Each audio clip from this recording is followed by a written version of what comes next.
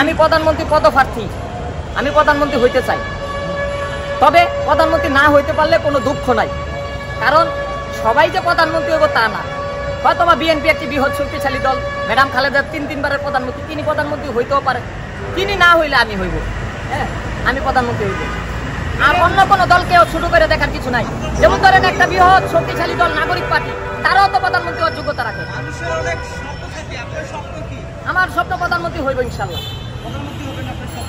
এখন বিষয় হচ্ছে মানুষের নির্বাচনের আগে অনেক আশ্বাস দেয়, পরে সেটা বাস্তবায়ন কখনো এরকম সবসময় হয়। আমরা এখনো দেখিনি।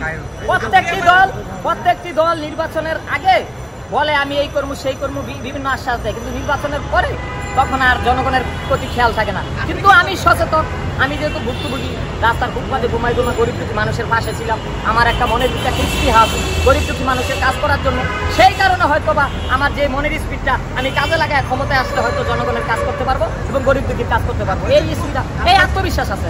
আপনাদের প্রধানমন্ত্রী হবেন, আপনার অ্যাকাউন্টে কত টাকা আছে? আমার অ্যাকাউন্টও নেই, আর অ্যাকাউন্টে কোনো টাকাও নেই। প্রধানমন্ত্রী হবেন কি? প্রধানমন্ত্রী জনগণ ভোট দিব, আমি হইব। আপনারা যাবেন গাড়ি ভাড়া দিয়ে? গাড়ি ভাড়া আমি হাইটা যাই, এখান থেকে নির্বাচন কমিশন যখন রাষ্ট্রপতি নির্বাচনে গেছিলাম হাইটেই গেছি, হাইটাই যাই, আমি হাইটা চলে আসি ওই 30 মাইল 40 মাইল। আপনার এত আত্মবিশ্বাস কিভাবে হলো? আত্মবিশ্বাস, জনগণের প্রতি কাজ করতে চাই, গরিব দুঃখী মানুষের মাঝে। 20 বছর কি কাজ করছেন জনগণের জন্য বলেন? 20 বছর যাবত ওই যে রুগী নিয়ে যায়, হঠাৎ করে যে এখানে একটা রুগী ছিল, 3বার নিছি রুগী। ঠিক আছে রুগী নিয়ে যাওয়া আমার ওকে আল্লাহ হাফেজ। এইটা কার, এটা আপনার